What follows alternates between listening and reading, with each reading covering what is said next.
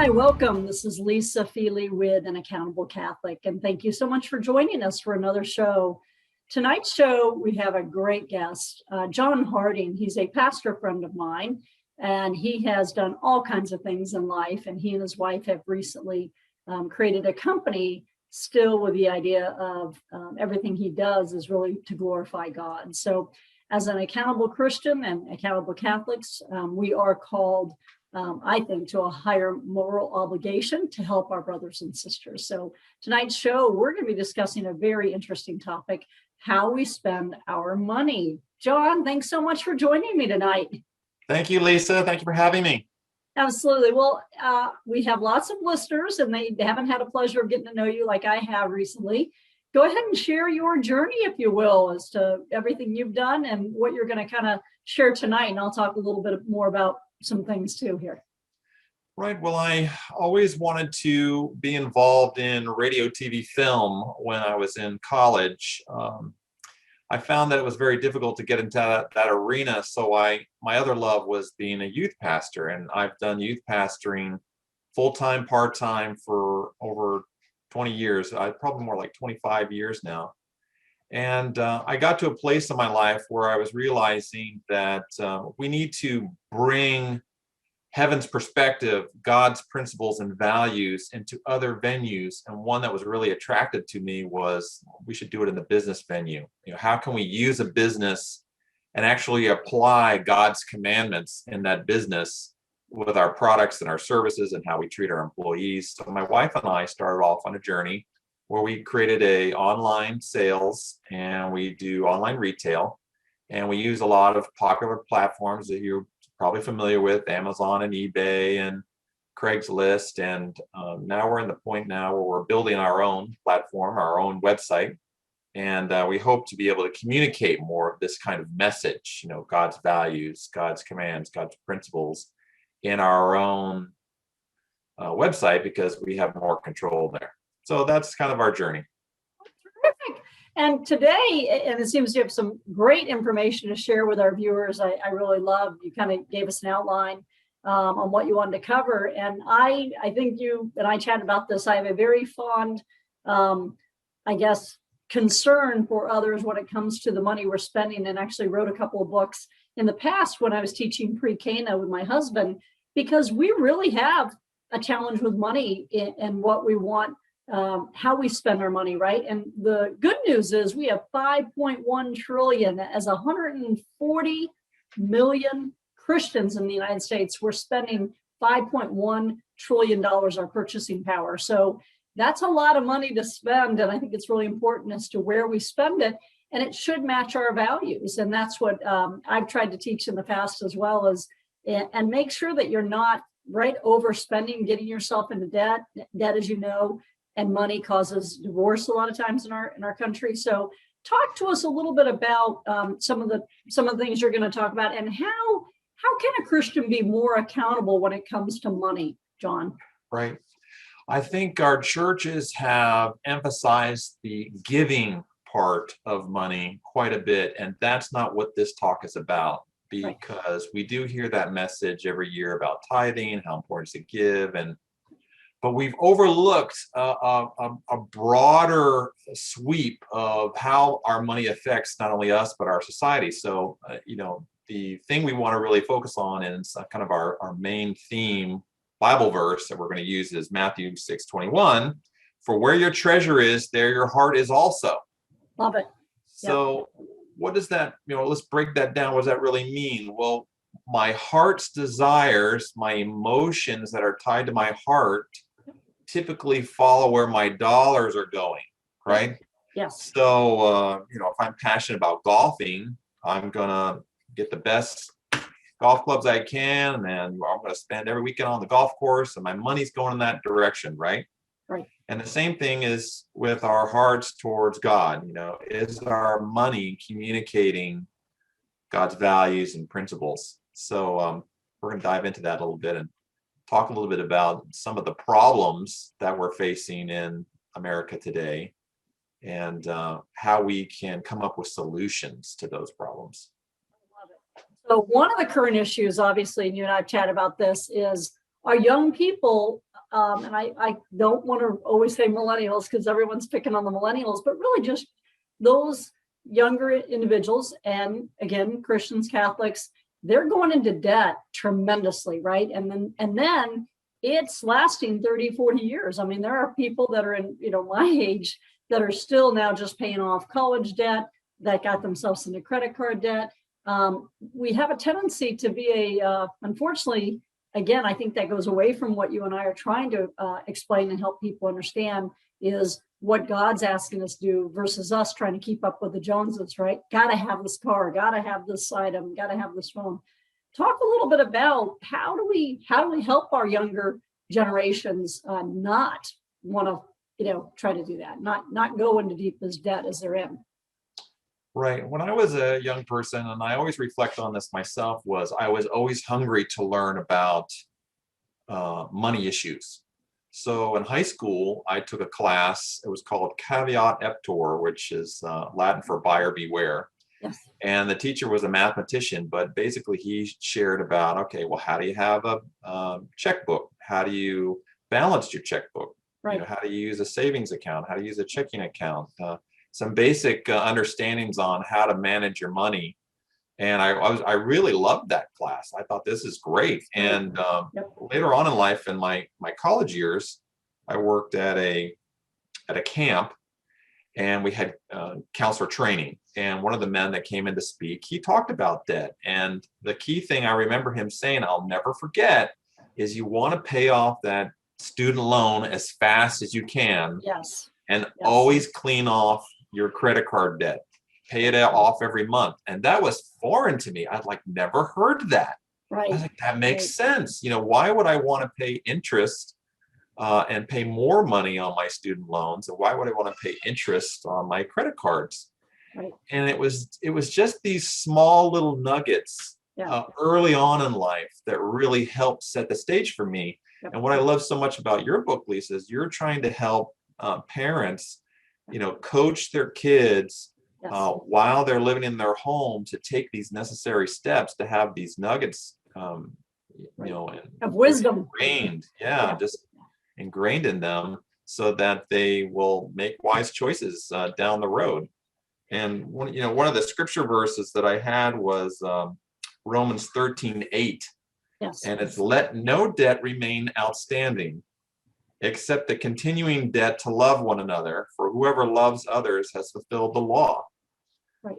And there's another story too. I was thinking about that scripture the other day, and my wife and I were making a decision in life. We had a little bit of money to invest. We had some inheritance money, and our choice was, well, do we want to put it in this kind of an account where it stays in there for 30 years. You can't touch it, but it does grow. It has a percentage rate. Or do we want to use the money to pay off our mortgage and be debt free? So we wrestled with that. It was like, well, the mortgage is only 4.5% interest rate. Right, Lord. Yeah, and the investment thing, we could get 15% on our money there, but we said, all right, well, let's go to the scriptures and let's figure out what's the best option to do. And we finally settled on, well, in God's eyes, it's better to have no debt, and to have no debt and love others, right? And be free, be free of the constant chain that comes with having to pay off these owing someone debts. Right. Yes, we always try to teach our children that as well, is think long and hard on what it is you really think you absolutely need to have, and don't get yourself in over the head where you just it's going to take you months or years to pay off something, you know what I mean, and make sure that it's something you really absolutely that makes sense, that you really do need, and not just one. It's a passing fancy, right? We have a tendency to just dive in, and we can also do stuff. And you said it, you got to be a steward of good, be a good steward of money, because we always try to teach them too. You can't really help others too much, right? If you're drowning in debt. So we do want you tithing. We do want to be able to help others. And if you can't dig yourself out of your own hole, unfortunately, I mean, I just hate the numbers that I hear them, 60, 70% of people living paycheck to paycheck. I mean, how how can you be in a situation then to really help others, right, John? I mean, if you can't even really help yourself, that's not a good position to be in for God. Right, and you made a good point too, is that a lot of the millennial generation they do have a lot of debt, and they carry quite a bit at a young age. I think the statistics I looked at is they have over $24,000 on average in debt, and that's not including any mortgages. That's Yes, just right. non-mortgage debt. Yes, So they're already in a hole, and how are they going to dig themselves out of there? Where right. I think that if we have focused attention with our young people, and if you're a parent or an uncle or an aunt, you can really sit down around the dinner table and talk about these things with a pen and paper to help them move in that direction, because there's a lot of creativity out there now where you don't necessarily have to go to a 4-year college and be $50,000 in debt coming out of Perfect. private school. I love it. Okay? That's right. Yes. You don't have to go in that direction.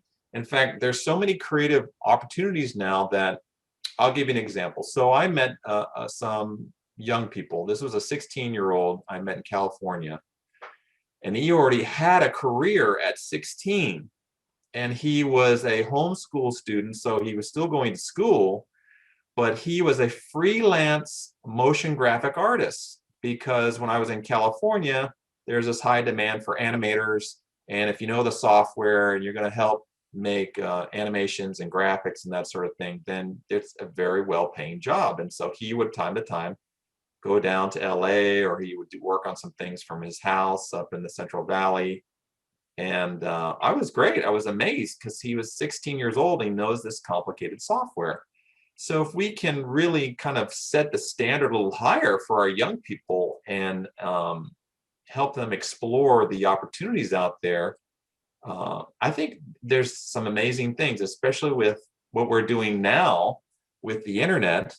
And a lot of families have chosen, okay, well, we're not allowed to go to our schools only half the week or not the whole week at all. So Hybrid we model. have to do Yes. Yeah. online learning. Yeah. What they're finding is, well, my kids can learn a lot faster in a shorter amount of time. So now we have this big block of time. What are we going to use with it? Well, why don't we help them be thinking in, okay, what can I do to help generate revenue for myself, save up my college fund, get a job, learn a trade, start working on my new career that I'll have when I'm 18, 19. And I'm thinking about my own experience too. When I was a senior in high school, all my friends were saying, well, I just got accepted into this college and I'm going to this college now. And, you know, I was thinking, you are? I mean, my mindset wasn't there. It's like, oh yeah, college. That's right. I guess that's the next step. I guess I got to find a college. But I never had anyone sit down with me and say, okay, look at all your options. Yes, college is one place where you can go and learn how to make a living, but not everybody after 4 years comes out of college and does the exact thing they studied for those 4 years. Right. And that was my scenario. I went to college for radio, TV, film. Right. After 4 years, I couldn't find a job. I got a little disillusioned on how difficult it was, and I went into a whole different career, and then I went into youth ministry. Now, I later rebounded and went back into that, but what I found was that the college was always 15 years behind the technology that I needed to know. And so I had to learn on the job training. And those are great opportunities out there right now, apprenticeships that teach you on the job training, because the technology is developing so quickly. There aren't any schools to learn that and go study. So they have to teach you on the job. So there's a lot of creative things that we can explore. The military, of course, is one. Of course, that's not for everyone. But if you can think of the mindset, why don't I do some work, build up my nest egg, and then if I want to go to college, I can pay with cash. Right. Well, I agree with you. I think the hardest thing too, as we get caught up, a lot of the younger people get caught up, and you said it perfectly. Oh, but so-and-so is going to that school, or I really wanted to go to this school. Well, can we just step back? And that's what we tried to have our daughters do too, and really decide, do you understand the cost of all that? Right. Because and I wrote this in my book when I did a lot of research. There are a lot of universities and a lot of colleges in our country, believe it or not, I'm not making this up, several hundred where you can absolutely go through all 4 years living on campus and everything for under 50 grand. Okay. So, and those are good colleges. So my point is, what are you really majoring in? Like you said, what are all the different schools? There are more ways to skin a cat, right? You can go to a junior college for 2 years, then transfer. All the people care about, and correct me if I'm wrong, John, when we're interviewing people, right, in the future, we just say, okay, where'd you graduate for? You got your 4-year degree and it's majored in this. We don't say, oh, well, forget John. He did 2 years at a junior college and then switched over to Notre Dame or something, right? I mean, Right. so it doesn't, to me, we get so caught up in, oh, we have to do this all 4 years. And some of those schools, private schools especially, are 60, 70, $75,000 a year. And Right. you could have easily gotten that same education, very honestly, and even graduated from that school, but still for 50 or 60,000 less by just either transferring in or taking, courses online or what have you. So the one thing that we try to, again, encourage, and I'm encouraging a lot of students, is don't listen to everybody telling you, oh, that's just standard. You're going to end up with $100,000 in debt coming out of college. It absolutely is not. And I know several students that came out of great schools that had no debt, and they only worked. And your average part-time student, to your point, earns $12,000 to $15,000 over 6 months. So all you have to do is work full-time during the summer, work part-time during the school year. And if you're going to a college that's just 15 or 20,000 even, you're still only ending up with 10 or 15,000 in debt, right? You're not ending up with 100,000 in debt. Right. Good. We're going to take just a short little break here, and then we'll come back right after the break and continue this great conversation with John. Thank you. Carolina Catholic Radio is excited to announce an alliance with Lisa Feely, author of An Accountable American. Her new book offers a blueprint to every person who wants to embrace how to be accountable. Learn how positively to impact your life and the lives of anyone around you. 50% of the book profits will be donated to a local 501c3 Catholic charity, including Carolina Catholic Radio and those affiliated with us. 2020 was a tough year for many people. Consider donating to charity by buying a copy of An Accountable American, just $20 on our website. Achieving accountability is a great way to start the new year. If you want to learn how to achieve enlightenment, peace, and prosperity, this is a great start. Now back to An Accountable Catholic Radio show. All right, back from break. And John, again, thanks so much for joining me. The next topic, it's again, a very interesting one, but something that we should talk about, which is we've really created a culture in our country, and, going into societal costs of stuff like pornography, financial and human toll based on this whole adult entertainment again. So talk a little bit about some of the issues you see there. And again, how are we spending our money, right? And we're 140 million of us claiming we're Christian. I think the majority of us are, but I think sometimes we get caught up in stuff that is not what God wants. Right. And I know that many Christians recognize the problem that I'm going to explain, but it's hard for them to see, how can I make a difference? So the scenario is you're sitting with your son and you're watching a football game, and it's an innocent football game. There's nothing to be concerned about except when the ads come up. Suddenly there's a movie ad for a rated R movie that's very sexualized, very violent. And you're, wow, what do I do with my son? My daughter walks in the room, and they're young kids. Right. How do you as a parent, try to navigate through those waters? Because it seems to be everywhere. It's 24/7. And sometimes if you have a teenager, you're not able to monitor everything they're seeing on the phone or on the TV or on the computer screen. Social media, really, right? Hitting us that? All the time. Yeah. It's all the time. It's bombarding us.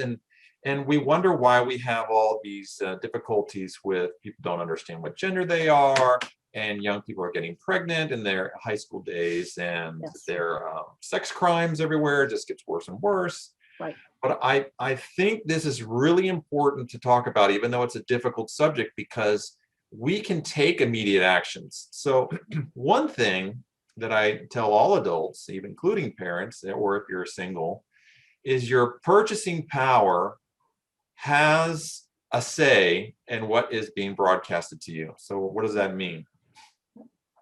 I used to work in TV. I'm an online internet business person, so I know a lot about the online marketing.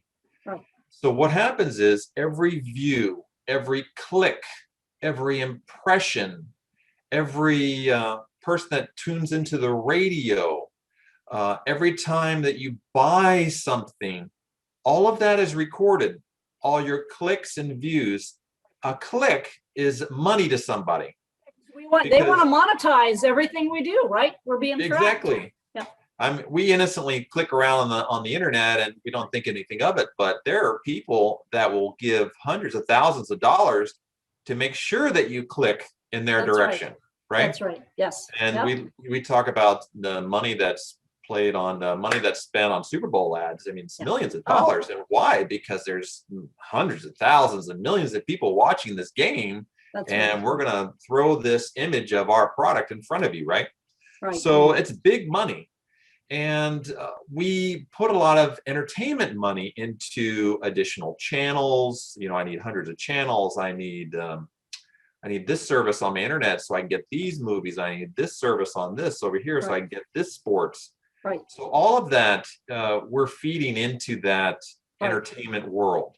So what do we do? What do we do, John? I mean, like you said, boy, it's a challenge. Exactly. Yeah. How do we regulate? So you have to be a little bit of a detective in that arena, and you just can't say, all right, well, I'll take 1,000 channels. Well, what are these channels that you're paying for? That's right. Why not just take 25, and maybe you're not giving your money to some of these channels that are more risque, have a demonic sense behind it. You know, some of these sci-fi channels get into all these gods and goddesses and and the good news is we are starting to do that some finally, right? People are paying attention to, especially, and we're going to talk about in a few minutes too, where, you know, big tech, right? So everyone's buying everyone. So, you know, I don't want to mention certain ones, but you can go research, you know, who's supporting what and decide if you want to support that. But as a Christian, to me, that's the fine line. We say, oh, well, we're Catholic. Well, if you're Catholic,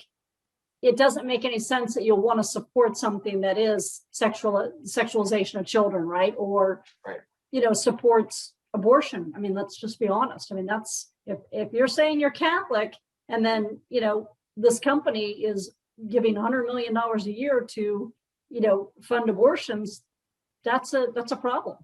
Right, exactly. Okay. Yeah, so we do have to do a little research. So we have to think, all right, if I give my money to Amazon for Amazon Prime, I'm getting all these benefits, which is wonderful, isn't it? I get all this entertainment, I get free shipping, I get special service and kudos because I'm going to buy products from you. But what is behind all that? Like you're saying, so this year we found out a little bit about Amazon's culture and ideology, because what some people don't know is Amazon has a hosting service, services, which are servers where you as an internet person want to put your website on someone's server. We call it in the cloud now. We call it cloud-based services. Yes. Please host my website and I'll pay you a monthly fee so that the whole world can see my website. And Amazon has that services. It's called Amazon Web Services. Yes. Well, what they did was they took this app called Parler, which was really servicing a lot of conservative viewpoints in the news. A lot of conservative Christians were attracted to this app called Parler because they were getting all this conservative news. Like, oh, okay, I want a different viewpoint on the news. I like this conservative viewpoint. Right. So after President Trump had his speech on January 6th, and we had that break-in into the Capitol, all of big tech decided, all right, we're going to just shut everything down that has to do with President Trump and conservative views. We're going to censor them. So Amazon took down Parler's app. They said, hey, we're no longer going to give you our web services anymore. You have to go somewhere else. And so that was looked at as censoring of free speech, right? You're shutting me down because I promote conservative news. Why would that be conservative news is now dangerous. So now we have to ask these questions, right? So then now the dilemma is with me, because I sell on Amazon. I sell products through that platform to customers. So my wife and I are struggling, like, okay, what are we going to do now? Because we believe in free speech. We don't believe in what Amazon did. But Don, So just now to clear, we're not even trying to get into politics, but the point is, to your point, being accountable and doing what the right thing is to do, right? And Right. we are in America, and we are Christians in America, and we Right. don't want people censored, period, right? I mean, that's what we're supposed to be all about, the ability to tell the truth and share that information. So that's the point Right. we're making here, which I think is terrific that you're pointing it out, because people got very confused of what was going on. Right. Yeah. And we love our freedoms, and Christ is all about freedom. I've come to set you free, That's right. and it's freedom in all kinds of different levels. And of course, our founding fathers put that into our Constitution. Free speech is so valuable. Yeah. So now we're in a dilemma. Hey, we're Amazon sellers. What are we going to do? Are we going to keep feeding into this ideology that we don't agree with? And so we made the decision that, yes, we're going to have to start moving away. I mean, we're in a place where if we just cut it off, we kind of cut off our whole food supply, and we won't be able to keep the lights on. So we have to gradually move away. So now, what does that mean to you and I? Well, the same is true for all the services that we are involved in, all these companies. Maybe we can't just cut off everything. Some we can. Maybe we could cut off if we don't agree with what it doesn't line up with our biblical principles. But others, we're going to have to figure out, okay, well, now we got to go research, find someone that's a competitor that won't shut down my view, my principles, and I can support them because they have the same type of biblical view, right? So that's why we're starting to look into building our own website, right? Build our own audience so that we can communicate that.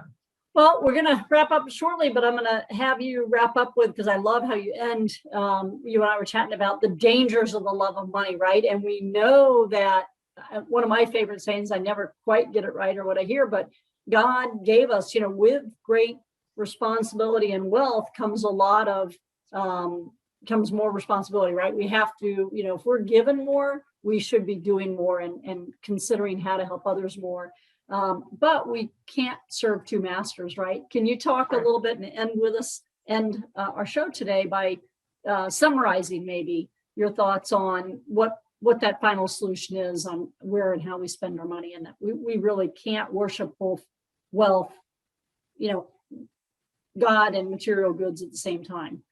Right. So there's a scripture that I got mixed up when I was younger, and that scripture was the love of money is the root of all evil. Now, in my mind, I thought money is the root of all evil, right? But there's a difference, because wealth in itself is not evil. Right. Wealth, money, if you have a lot of money, that in itself is not evil. It's almost like our earlier topic. The TV is not the evil thing. But if you allow all this pornographic, lustful activity to go through your TV, then it's definitely going to be an evil stumbling block for you in your life. Right. So we have to then really take a kind of close look and self-assess and say, how important money is to me? Well, you'll know by how much time you spend worrying about it, how much time you focus on, I need more.